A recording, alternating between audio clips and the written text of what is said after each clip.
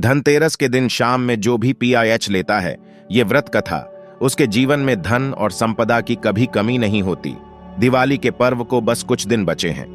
धनतेरस के दिन से दिवाली के पर्व की शुरुआत हो जाती है, इसलिए धनतेरस का दिन काफी खास माना जाता है। यह पर्व धन की प्राप्ति और धन में वृद्धि हो, इसके लिए किया जाता है। धनतेरस का पर्व धनत्रयोदशी के नाम से भी जाना जाता है। धनत्रयोदशी के दिन देवी लक्ष्मी की और भगवान कुबेर की पूजा की जाती है। इस वर्ष धनत्रयोदशी का पर्व 10 नवंबर 2023 मनाया जाएगा। लेकिन क्या आप जानते हैं कि आखिर धनतेरस का पर्व क्यों मनाया जाता है? आखिर इस पर्व को मनाने के पीछे क्या वजह है? आज के इस वीडियो में हम जानेंगे कि आखिर धनतेरस के पर्व को मनाने की शुरुआत कैसे हुई। कैसे हुई धनतेरस के पर्व की शुरुआत? धनत्रयोदशी की शुरुआत समुद्र मंथन से शुरू हुई थी। इसका वर्णन आप श्रीमद्भागवत पुराण, महाभारत, विष्णु पुराण, अग्नि पुराण जैसे प्राचीन ग्रंथों में पढ़ सकते हैं। इसमें आपको इसका वर्णन मिलेगा कि देवताओं और राक्षसों द्वारा किए गए समुद्र मंथन के दौरान धन्वंतरि हाथ में अमृत कलश लेकर प्रकट हुए थे। जाने क्या है समुद्र मंथन? एक बार की बात है जब इंद्रदेव को ऋषि दुर्वासा ने पारिजात फूलों की एक माला भेंट की थी, लेकिन इंद्रदेव उस समय अपने घमंड में चूर थे। उन्होंने माला का तिरस्कार करते हुए उसे अपने हाथी ऐरावत के गले में पहना दिया। दरअसल इंद्रदेव का मानना था कि आखिर तोहफे में कोई माला कैसे दे सकता है। इस फूलों की माला की उनके जीवन में कोई अहमियत नहीं। जब ऋषि दुर्वासा ने अपने भेंट का तिरस्कार होते हुए देखा तो वह क्रोधित हो गए। उन्होंने क्रोध में आकर इंद्रदेव को श्राप दे दिया।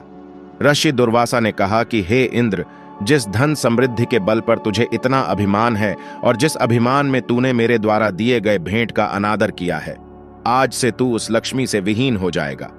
ऋषि के श्राप से माता लक्ष्मी स्वर्ग लोक को छोड़कर अदृश्य हो गई और इंद्रदेव तीनों लोकों से श्रीहीन हो गए।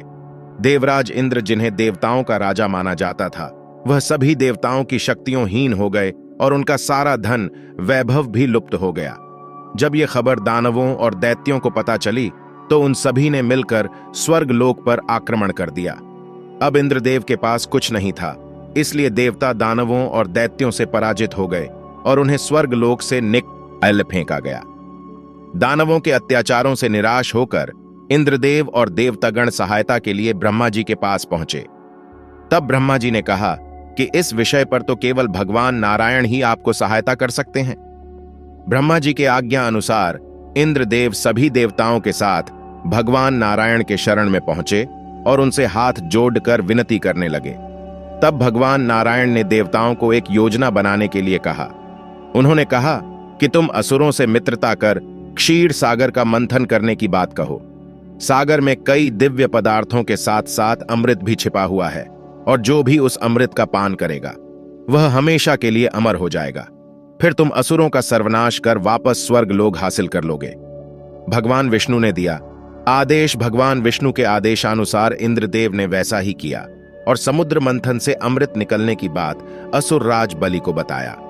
अजय अमर होने की बात पर बलि को लालच आ गया और उसने इंद्र की बात मान ली। अब समुद्र मंथन के लिए समुद्र में मंदराचल पर्वत को स्थापित करना था, इसलिए भगवान विष्णु ने एक कछुए का रूप लेकर पर्वत को अपनी पीठ पर उठा लिया और वासुकी नाग को रस्सी के रूप में उपयोग किया गया।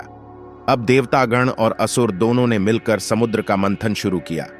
आखिरकार समुद्र मंथन के दौरान कार्तिक माह के कृष्ण पक्ष की त्रयोदशी के दिन भगवान धन्वंतरि अपने हाथों में अमृत कलश लेकर प्रकट हुए थे। इस तरह समुद्र का मंथन करने से फिर से देवलोक में माता लक्ष्मी का वास हुआ। उम्मीद है आपको ये वीडियो पसंद आई होगी। वीडियो अच्छी लगी हो तो इसे दूसरों के साथ भी शेयर करें।